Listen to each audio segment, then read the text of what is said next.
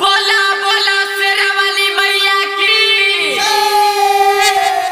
Hello hello, हाँ तो हम दरोगा बीरूलाल यादव मेला में आए तमाम भक्तों को हार्दिक अभिनंदन करता हूँ।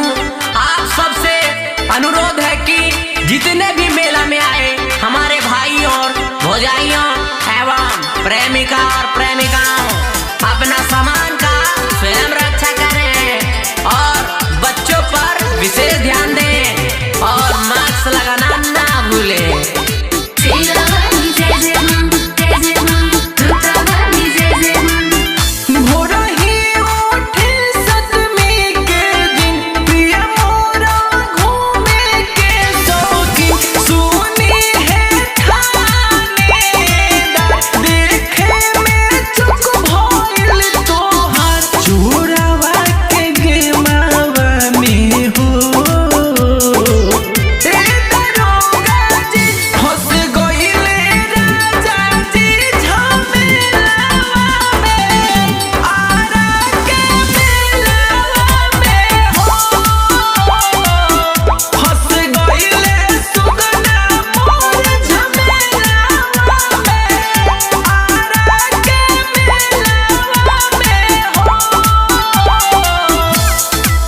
हेलो, मेला में सभी आए भक्तजनों को यह सूचित किया जाता है कि कृपया धक्का मुक्की मत करें और 2 गज की दूरी बनाकर रखें।